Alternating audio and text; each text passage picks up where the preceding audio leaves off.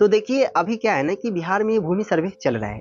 तो ऐसे में बहुत सारे लोग होंगे जिसकी जो कि सरकारी भूमि में रहते हैं। मतलब कि उस भूमि पे मैं काफ़ी साल से रह रहा हूँ, उस भूमि पे और कोई रहने नहीं आ रहा है, उस भूमि पे मैं काफ़ी दिनों से हूँ। मैं पहले मेरा क्या था पूर्वज था, अब क्या है अब मैं हूँ। तो इस तरीके की अगर आपके पास भूमि है, तो यही सही मौका है इस सर्वे के दौरान कि आप क्या कर लें उस ज़मीन को अपने नाम करा लें। क्योंकि अभी सर्वे चल रहा है, इसमें आप क्या करवा सकते हो अपने नाम करा सकते हो। और इस वीडियो में मैं आपको पूरी जानकारी बताऊँगा कि आखिर कैसे अपने नाम कराना है। तो देखो अभी क्या है ना कि बिहार के लगभग जिलों में ये सर्वे का काम शुरू हो गया है। तो वहाँ पे जिनके पास निजी भूमि है, निजी भूमि कहने का अर्थ होता है कि जैसे कि मैं कोई बंदा हूँ, तो मेरे पास 2 तरीके की निजी भूमि होती है। जैसे कि मैं क्या कर लूँ, किसी ज़मीन को खरीद लूँ, तो मेरा केवाला भूमि होगा।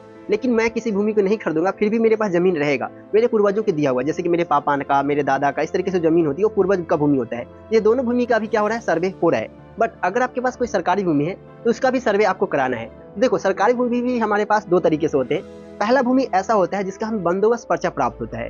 बंदोबस्त पर्चा कहने का अर्थ होता है कि जैसे कि मान के चलो मैं कोई सरकार हूँ, ठीक है? तो सरकार हूँ तो मुझे क्या होगा, कोई एक भूमि है, तो उस भूमि पे मैं किसी भी तरीके से कोई काम नहीं कर रहा हूँ और मुझे लगता है कि फ्यूचर में वहाँ पे किसी भी तरीके से कुछ नहीं होगा, ना कोई वहाँ पे रोड बनने वाला है, ना कोई हाईवे बनने वाला है और ना ही वहाँ पे कोई पंचायत भवन चाहे कुछ भी वहाँ पे नहीं बनने वाला है। तो मैं क्या करूँगा, उस भूमि पे जो लोग भी वहाँ पे रह रहे हैं, जैसे कि कोई भूमि है तो ऐसा नहीं है वहाँ पे कोई ना कोई रह रहा होगा, तो हम क्या करेंगे उसको दे देंगे। अब यहाँ पे मुझे देने से क्या फ़ायदा होगा तो समझो। तो देखो अगर कोई भूमि खाली है तो वहाँ से कोई भी प्रॉफ़िट नहीं आ रहा है। लेकिन अगर मैं उस भूमि को किसी और को दे दिया, तो वो व्यक्ति क्या करेगा, रसीद कटाएगा। मतलब कि उस भूमि से हमें टैक्स प्राप्त होगा। तो ये मेरा क्या है, प्रॉफ़िट है। तो ऐसे भूमि को सरकार क्या करती है, एक बंदोबस्त पर्चा दे देती है। मतलब कि वो फिलहाल उसका हो जाता है और वो उसका टैक्स कटाते के और अपना वो उस पे रहता है। और दूसरा भूमि होता है कि जिसका हमें पास कोई बंदोबस्त पर्चा प्राप्त नहीं होता है।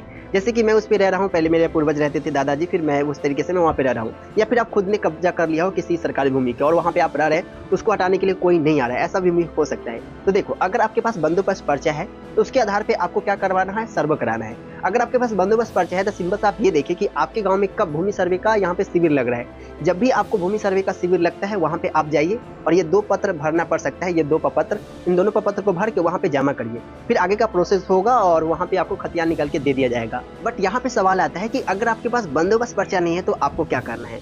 अगर आपके पास बंदोबस्त पर्चा नहीं है तो इसके लिए आपको सरकार से अपील करना है कि मुझे बंदोबस्त पर्चा मिल जाए।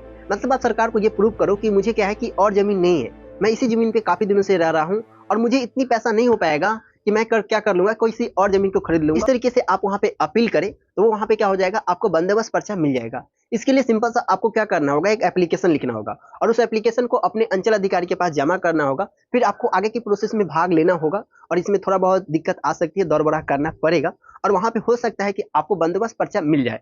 अगर आपको पास बंदोबस्त पर्चा आ जाता है, तो आपको इसी साल क्या कर लेना है, उसका सर्वे करा लेना है। अगर आप सर्वे करा लेते हैं तो बहुत ही अच्छा हो जाएगा और इसी साल आपको खतियान भी मिल जाएगा, अच्छा रहेगा। अब आप इस वीडियो को शेयर करिए ताकि और भी लोगों को ये जानकारी मिल सके। जैसे कि अगर आप इस वीडियो पे आए होंगे, तो आपको ये जानकारी मिल गया, पर आपका दायित्व बनता है कि किसी और को जानकारी मिले, इसके लिए आप इस वीडियो को शेयर कर दीजिएगा। तो आज के लिए इतना ही, मिलेंगे नेक्स्ट वीडियो में। जय हिंद।